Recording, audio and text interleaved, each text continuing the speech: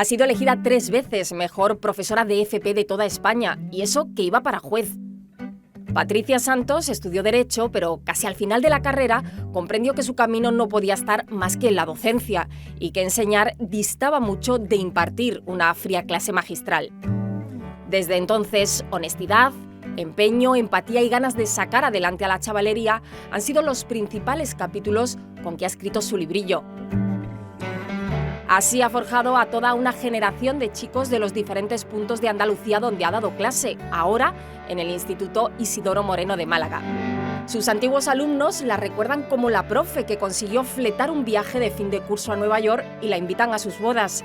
Es el mejor premio que sigue recibiendo cada año. Los mensajes de cariño de aquellos ennortados adolescentes a los que enseñó dónde y cómo comprar un billete cabal hacia su futuro o cómo encontrar su lugar en el mundo. Hoy hablamos de educación con quien mejor sabe de cimientos. De pie, que entra Patricia Santos al reservado.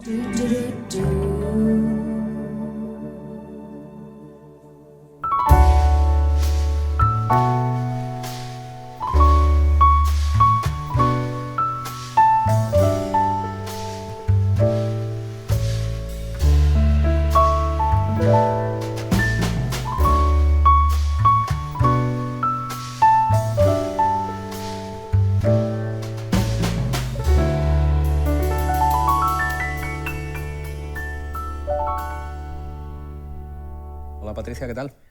Pues muy bien, encantada de estar aquí. Pues nosotros más encantados de tener nada menos que a Patricia Santos, que para que todo el mundo sepa ha sido ya 3 veces distinguida como la mejor profesora de toda España de formación profesional, concretamente en los años 2017, 2021 y 2024. Eres como el Real Madrid de la docencia, Patricia.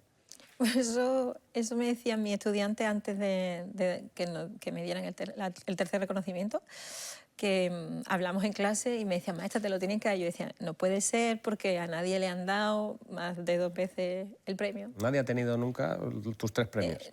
En ninguna categoría, porque hay una categoría por cada etapa educativa.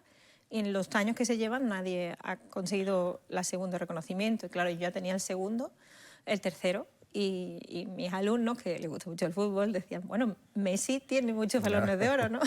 Yo prefiero compararte con el Real Madrid, si me permites. Bueno, sí. Y en medio digo, bueno, pues quizás, no lo sé. Y al final pues tuvimos, voy a decir la suerte, ¿no? Cuéntanos, primero, ¿en qué consiste? ¿Qué son estos premios? Pues fue una iniciativa que creó una organización educativa que surgió en la Universidad de La Coruña por parte del profesorado de educación, ¿no? Del magisterio, que querían visibilizar buenas prácticas y empoderar un poco la figura del maestro o la maestra, que a veces, pues siempre se habla de si las vacaciones o tal, ¿no? Entonces querían que se viera un poco más lo que se hace, ¿no? En las aulas. Impulsaron esa iniciativa que querían que contara con la opinión de las personas a las que va dirigido nuestro trabajo, ¿no? Entonces, el alumnado es el que te tiene que nominar porque decide, que cree, ¿no? Que durante ese curso ha sido alguien importante para ellos y para ella. En la primera ocasión estaba abierto también a tu exalumnado, luego lo cerraron al año concreto.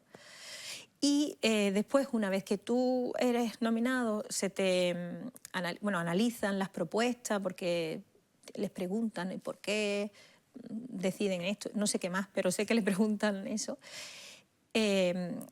Seleccionan a las personas que efectivamente pues, pueden ser nominadas y hay una fase de mérito. En esa fase de mérito nosotros presentamos pues, todo lo que hacemos en aula, cómo desarrollamos valores, cómo compartimos lo que aprendemos, cómo nos formamos, nos reciclamos. Y son compañeros y compañeras de diferentes etapas de toda España que en un comité analizan tus méritos, los puntúan y ahí es cuando te eligen, ¿no? Entonces yo creo que esa parte ha sido bastante acertada porque es como que te reconocen el trabajo, pues primero tu alumnado y luego compañero y compañera de profesión, ¿no? Que esa parte yo creo que es la más bonita de... Oye, Patricia, y estamos seguros de que algo tendrá el agua cuando la bendicen, pero ¿cuál es el secreto de tu éxito para conseguir ese triplete? La verdad que no lo sé, iba a decir, si soy realista. Yo lo único que es verdad que vivo esta profesión como mi pasión. Yo sentí vocación en cuarto de Derecho.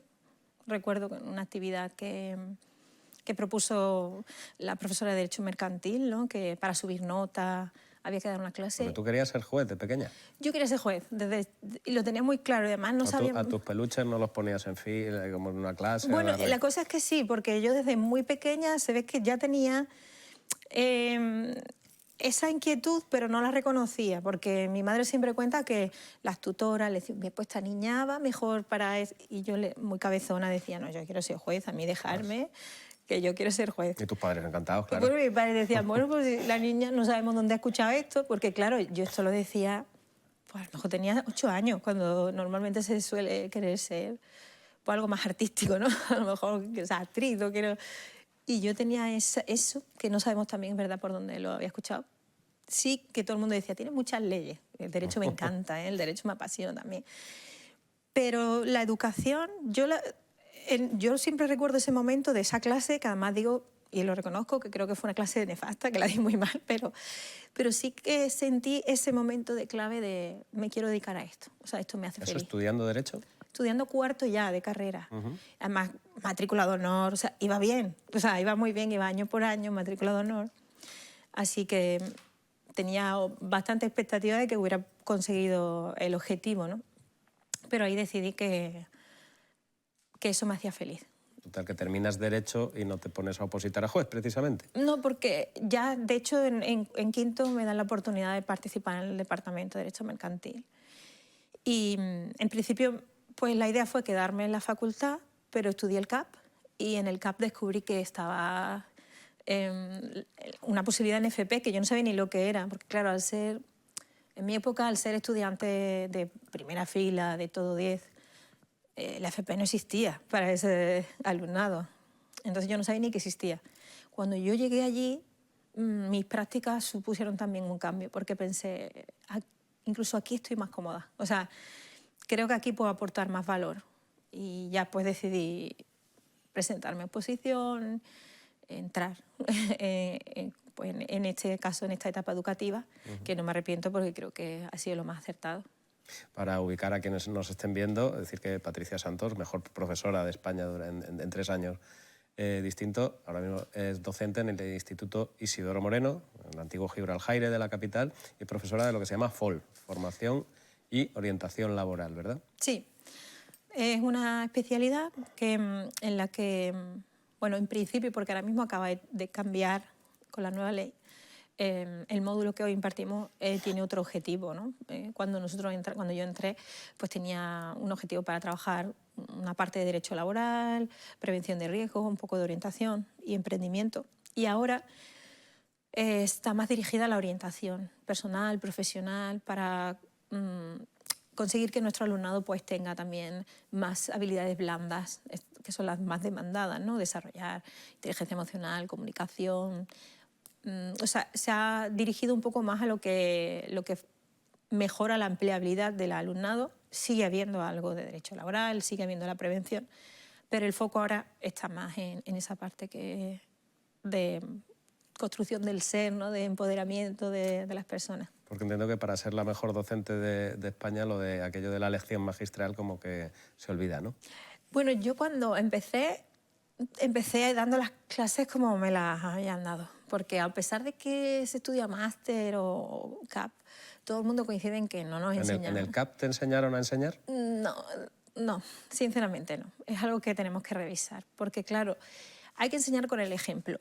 Entonces, si tú vas y te explican como un autor debe de hacer las clases y no te habla de metodología activa, de cosas prácticas, pero te lo está haciendo desde un punto de vista muy teórico, es como poco congruente y es difícil aprender eso.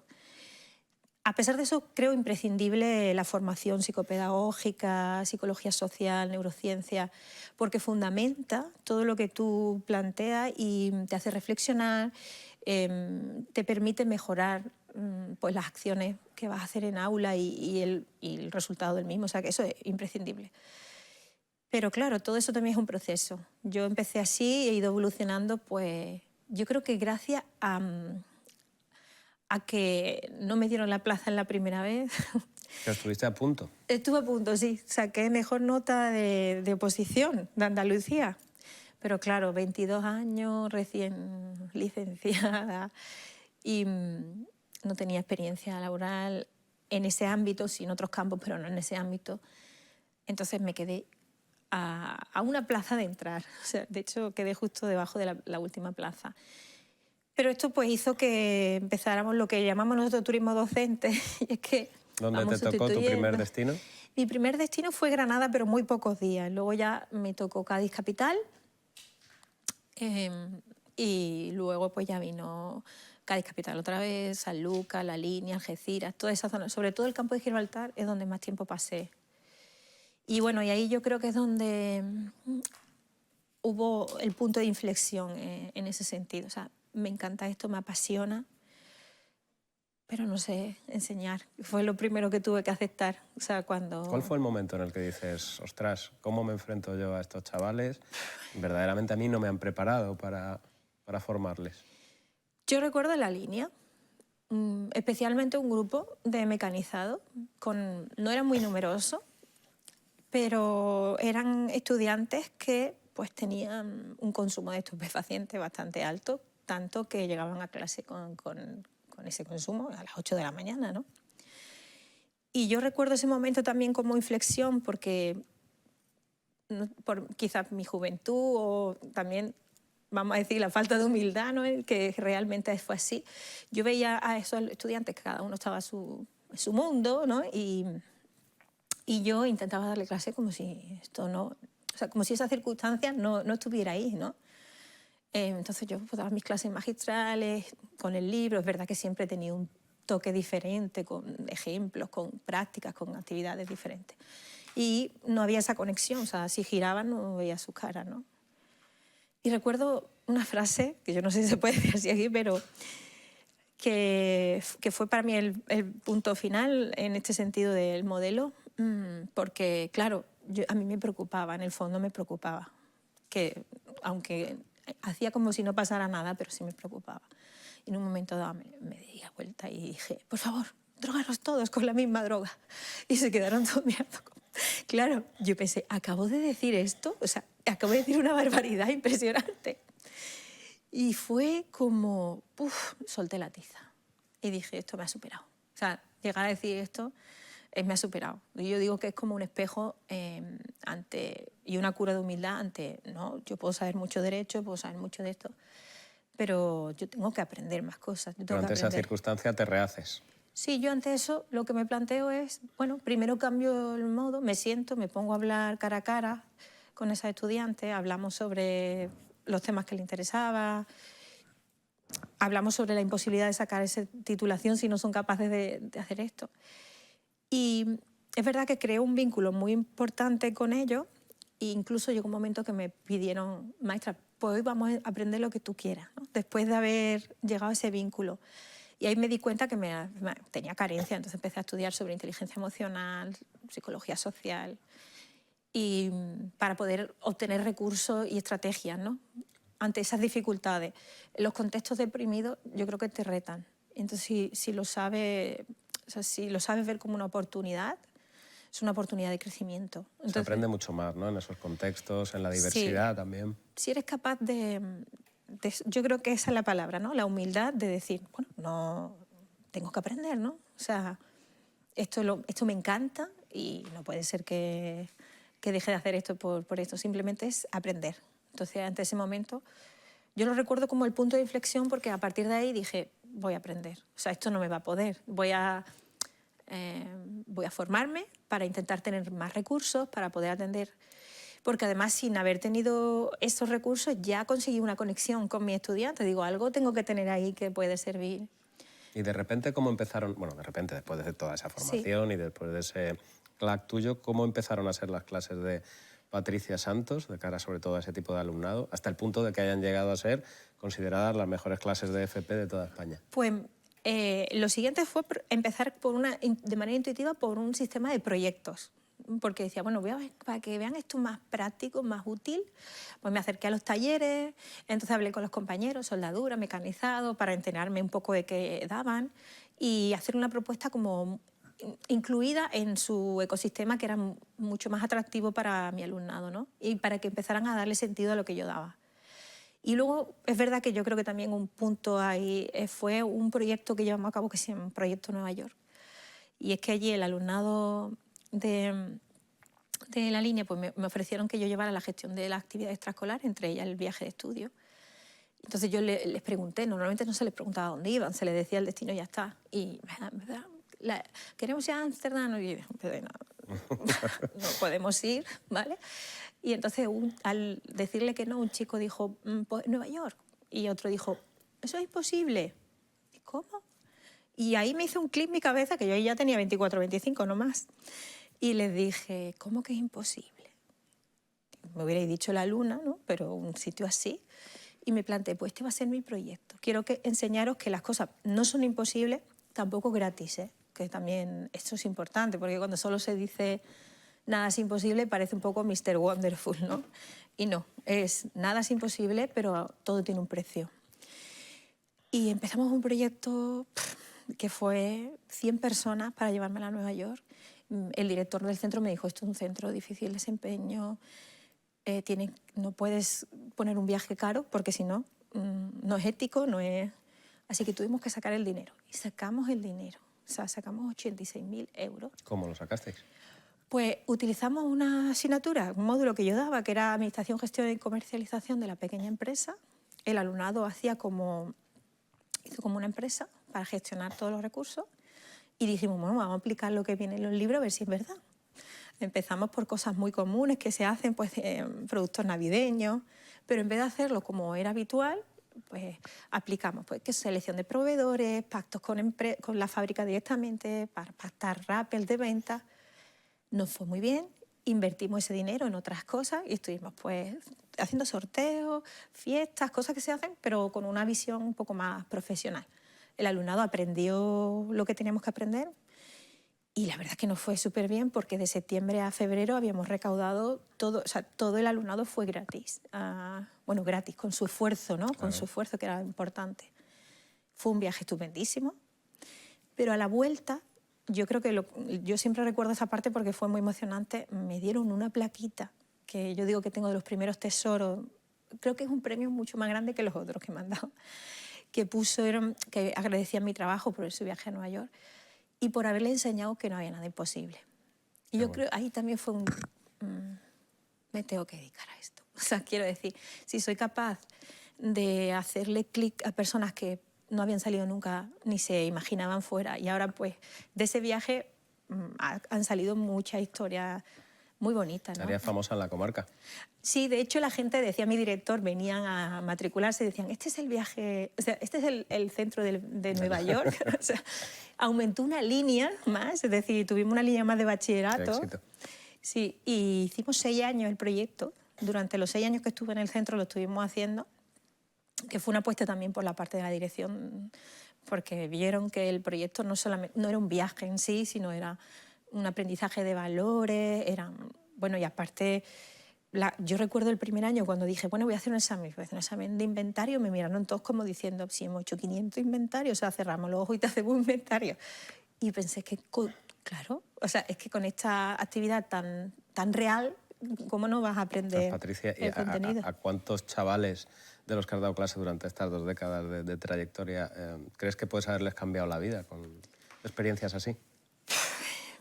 La verdad que tengo la suerte, tengo una carpetita que cuando se me baja un poco el ánimo la abro porque tengo la suerte de tener muchos mensajes de eso, que me emociona mucho, que le acabo de decir, me sale un poquito ahí, de gente que me ha dicho que le cambió la vida. Y tengo la suerte de poder tener contacto con estudiantes que les di clase hace 18 años, 20 años, que me siguen escribiendo, que por ejemplo se van a casar y me invitan a su boda o van a tener un hijo y quieren que esté allí. O sea, la verdad es que yo creo que eso es, la gente ve los premios de eso, pero los premios más grandes que tengo son, los tesoros que yo le llamo, son esos mensajes que cambian. Porque es que siempre estamos viendo y hablando de una juventud desmotivada, una juventud que no quiere hacer nada, pero a lo mejor es que le falta ese estímulo, ¿no?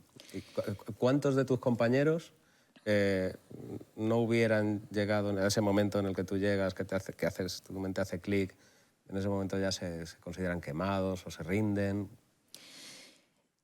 Yo creo que por eso hace falta un itinerario diferente para acceder a la docencia, porque a veces es como la última opción de mis ideas laborales. No es la primera, no es mi vocación, no es... Y esta profesión es complicada en realidad, es complicada. Porque eso no ha cambiado prácticamente desde que tú te sacaste ese CAP o sea, no ha cambiado con el nada. acceso. No, de hecho ¿Es en una oposición? etapa pues, secundaria y...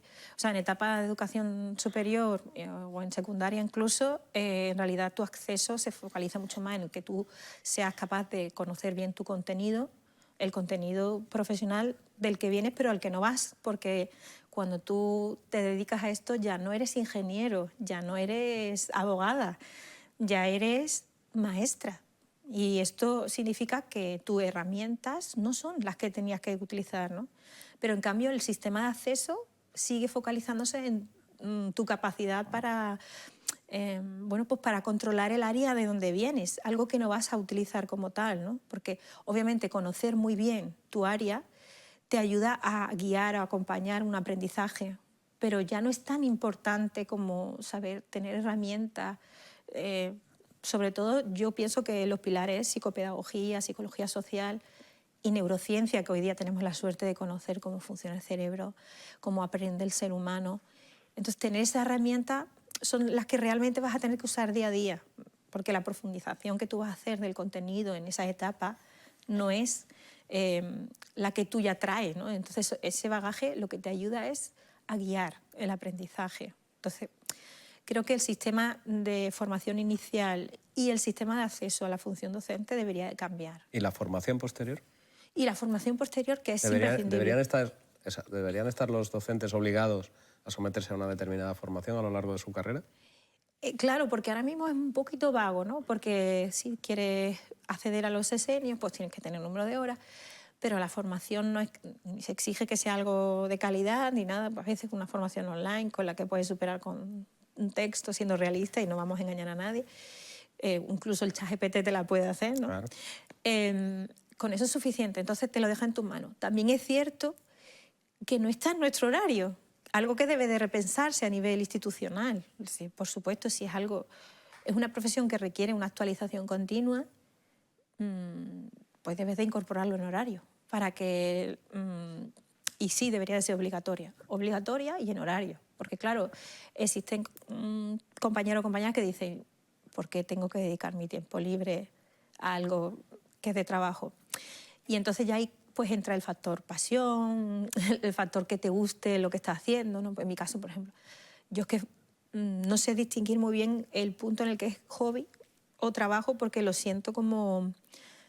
Yo digo que soy un poco friki, y es verdad, tengo que intentar desconectar muchas veces de esta materia porque es continuamente. Me siento a leer y me apetece más un libro, ¿no? Pues eso de psicopedagogía, neurociencia, que una novela, que en verano me obligo a leer novela en vez de... Oxigenar un poco, ¿no? Sí, para poder, pero me tengo que forzar. Me decías antes, Patricia, que cuando estudiaste Derecho pues parecía obligado que una niña de 10 estuviera en una licenciatura. Estamos consiguiendo ya por fin prestigiar esa FP, que en otros países es una cosa de lo más normal, para que no ocurra este embudo, para que todo el mundo se tenga que ir directamente a la universidad y tengamos ahí ese campo por abonar tan interesante como son las formaciones profesionales? Yo creo que se está cambiando, pero todavía hay que seguir trabajándolo porque todavía hay unos prescriptores, ¿no?, que se dice en marketing muy interesantes, que son las familias. Y las familias todavía sienten como un castigo en muchas ocasiones. No tanto segunda, como ¿no? antes, sí. Es verdad lo que tú dices, en Europa, por ejemplo, se entiende que hay dos itinerarios, uno más académico y uno más profesionalizador. Y en realidad no son dos caminos que se separan, sino dos caminos que van en paralelo y que se entrecruzan en el momento que tenga que entrecruzarse. Es decir, que tú puedes decidir, pues porque te viene mucho mejor una formación más práctica, más conectada con una realidad profesional en un momento dado, y cuando ya la has adquirido experiencia, Por ejemplo, yo en mi caso ha sido así, he dado clase y cuando vi la carencia fui a una universidad a aprender, ya había ido para otra cosa, pero ahora volvía para aprender herramientas relacionadas con mi profesión, con ser maestra. Y esto me pareció súper interesante para crecer a nivel profesional, es decir, que tú tengas una experiencia profesional y luego aprendas en la universidad la parte más académica sobre tu profesión y entonces enriquezcas y crezcas más. O sea que no es excluyente, o sea, es complementario porque son dos áreas del conocimiento. Y yo creo que eso se está mejorando, pero hay que seguir haciendo mucha labor para que no sientan, porque a mí me ha pasado, de hecho, de esa experiencia recuerdo que una de las madres me dijo, tienes que hablar con mi hija porque a ti te tiene muy ensalzada y yo quiero que estudie una carrera de ingeniería informática y ella quiere estudiar un ciclo. Y la mujer casi con una lágrima y yo le decía, pues es que es mejor que estudie un ciclo, porque ahora mismo... ¿Tú qué quieres, la felicidad de tu hijo o de tu hija o qué quieres? Claro, yo creo que todo el mundo quiere la felicidad de sus hijos. Lo que pasa es que lo mira desde el foco de lo que tú has vivido y tú tienes construida tu realidad conforme a tu vida, ¿no? Pero la vida ahora va tan rápido que se ha separado mucho también de lo que vivimos nosotros, de lo que estudiamos nosotros. Claro, cuando mi abuela decía que el derecho iba porque en su época el señor juez un prestigio. Tenía un prestigio social y iba acompañado de un sueldo también, que ya ni eso, porque actualmente eso tampoco es así, ¿no? Realmente. Hay muchas profesiones que están muchísimo mejor remuneradas y no necesitan ese nivel de estudios, ¿no? Entonces, claro, yo creo que reflexionar sobre qué es tan importante el talento, dejar que las personas encuentren su sitio. Nosotros en clase trabajamos una cosa que utilizan los japoneses que se llama ikigai. ¿Ikigai? Sí, es encontrar tu lugar en el mundo. ¿Y eso cómo se consigue? Bueno, pues reflexionamos sobre qué se te da bien, qué te apasiona, qué necesita el mundo y por qué te podrían pagar. Porque es el equilibrio entre esas cuatro cosas. Encontrar tu sitio en el mundo, cómo puedes contribuir con valor, pero a la vez ser feliz con lo que haces, ¿no? Yo creo que eso es. Claro. Pues, Patricia, pues se me ha hecho excepcionalmente corta esta entrevista. Seguiría hablando contigo por lo menos media hora más. Creo que se nos han quedado en el tintero muchísimos temas de mucha importancia, de leyes educativas, unas pocas, sí, el papel de las familias, el papel de las nuevas tecnologías. Así que te vamos a emplazar a que vuelvas cuando quieras, porque seguro que aquí en Canal Málaga vamos a tener mucho que hablar de educación contigo. Muy contentos además de que aquí en Málaga pues, podamos gozar de la mejor profesora de FP de España durante 3 ediciones consecutivas. Has elegido para terminar este programa una canción de Izal cuyo título es El hombre que quería volar pero no sabía cómo. Sí. Muy representativo de lo que has venido a contar aquí, ¿no? Sí, exactamente. Sí, hay muchas frases muy interesantes. Yo utilizo muchas canciones para mandar mensajes cuando hacemos... Y este me encanta porque a veces me encuentro con personas en clase que piensan que no hay salida o ahora mismo la salud mental. Y creo que esta canción, justo ahora que dice cojo los mandos y cambio, yo creo que es muy... Bueno, pues tiene mucho sentido esa letra, ¿no? Para enseñarnos cosas también. Izal todo, ¿eh? Yo lo recomiendo Izal. Pues nos has dejado un cúmulo de frases y un cúmulo de enseñanzas muy interesantes en este reservado hoy, desde que no hay nada imposible hasta buscar tu lugar en el mundo, y terminamos con esta estupenda canción y te agradecemos de corazón haber estado aquí hoy, Patricia. Y yo encantada. Muchas gracias por haberme invitado. Un placer.